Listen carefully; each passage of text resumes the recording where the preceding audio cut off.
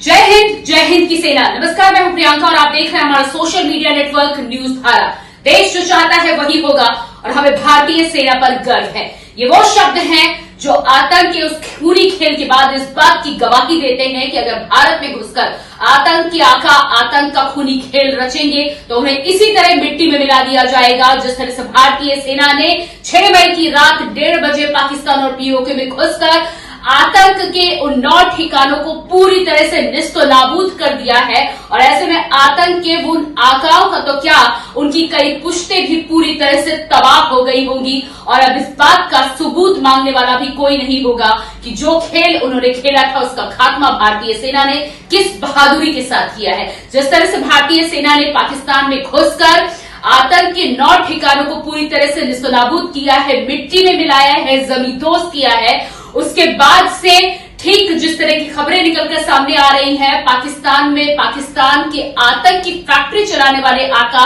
अब अपनी मौत की भीख मांगते हुए नजर आ रहे हैं। अजहर मसूद के परिवार के जिस तरह से 14 सदस्यों का खात्मा हुआ है, ये जानकारी निकलकर सामने आ रही है। ऐसे में अजहर मसूद का कहना है कि मैं भी मर गया होता तो अच्छा होता, लेकिन ये तो तब सोचना था जब आतंक का खूनी खेल लगातार कई सालों से भारत में रचा जा रहा है और उसके लिए नुमाइंदे फैक्ट्री में तैयार किए जाते हैं। भारत में तमाम उन परिवारों को पहलगाम में जिस तरह से धर्म पूछकर माताओं और बहनों का सुहाग उजाड़ा गया था और जिस तरह की दर्द और दुख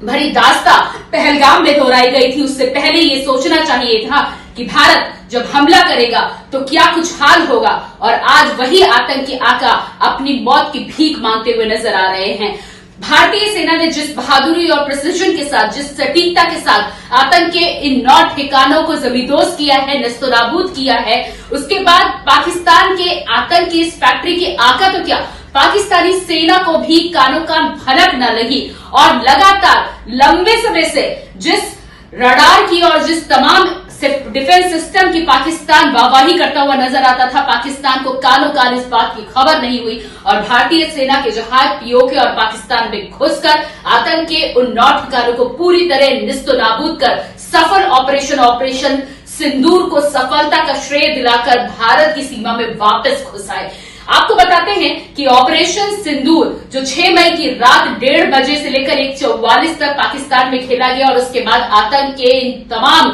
9 ठिकानों के ध्वस्त होने के बाद 90 से ज्यादा आतंकी मारे जाने की खबर निकल कर आ रही है। आखिर इसके पीछे की जो पटकथा है वो कब से लिखी गई और इसके पीछे क्या क्या छुपा हुआ है,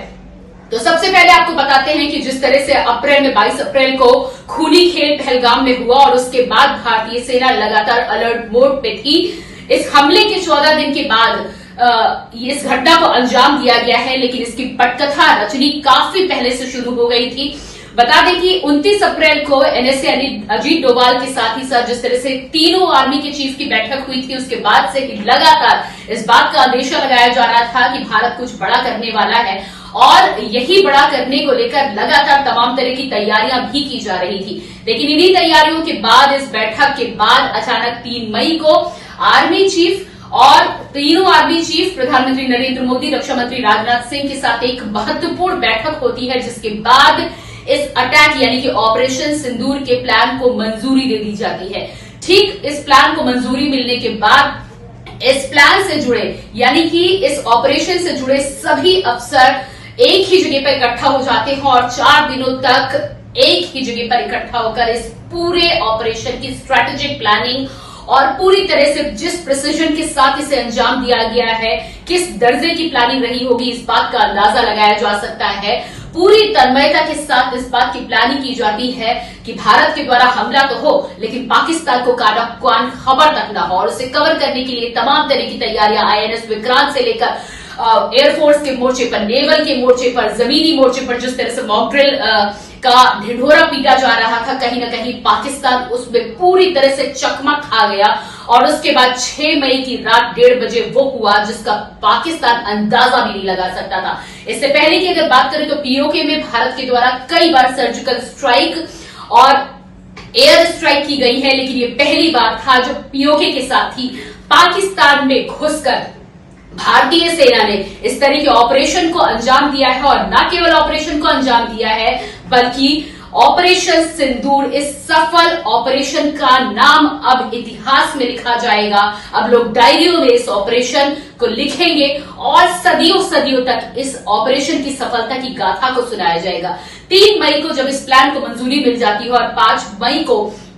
4 मई को तमाम अफसर जो इससे जुड़े होते हैं एक ही जगह बैठ के स्ट्रैटेजिक प्लानिंग में जुट जाते हैं और उसके बाद पूरी तरह से इस ऑपरेशन का खाका तैयार होने के बाद प्रधानमंत्री नरेंद्र मोदी के द्वारा इस ऑपरेशन को नाम दिया जाता है ऑपरेशन सिंदूर, जिसे सेना सहर्ष स्वीकार करती है और सिंदूर का बदला ऑपरेशन सिंदूर के माध्यम से लेने की ये जो पटकथा 5 मई को रची गई थी, इसे पूरी तरह से अंजाम दिया जाता है 6 मई की रात को, जिसके बाद हमने देखा पाकिस्तान में जो कुछ हुआ वो न केवल पाकिस्तान की बल्कि विश्व की आंखें खोल देने वाला है कि भारत अब ऐसा देश है जो अपने ऊपर अत्याचार का बदला लेगा, लेकिन उसके बाद भी संवेदनशीलता और इंसानियत को कहीं हाथ भी नहीं लगाएगा। जिस तरह से आतंक के 9 ठिकानों को पूरी तरह से भारतीय सेना ने बहादुरी से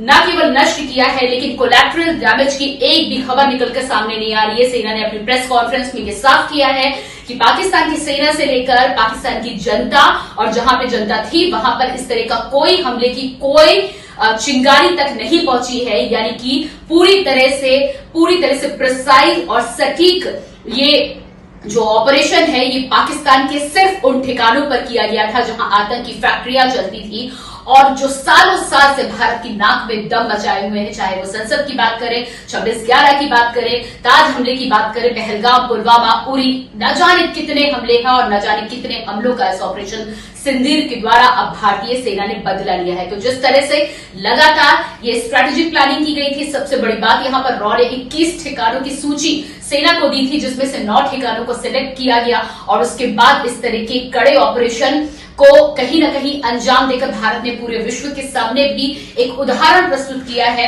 कि आतंक के आगे हम सर नहीं झुकाएंगे, लेकिन इंसानियत को हम तब भी सबसे ऊपर रखेंगे। जिसके बाद पाकिस्तान से तमाम तरह की खबरें निकल कर आ रही हैं और अब तो खबर ये भी निकल के आ रही है, पाकिस्तान के रक्षा मंत्री का कहना है कि भारत अगर पीछे हटे तो हम पीछे हटने को तैयार हैं। लेकिन स्थिति अब ये हो चली है कि देखना ये होगा कि पाकिस्तान आने वाले समय में क्या कुछ करता है। लेकिन एक बात तो बिल्कुल साफ है कि पाकिस्तान ने अगर अब एक भी नापाक कदम आगे बढ़ाया तो भारतीय सेना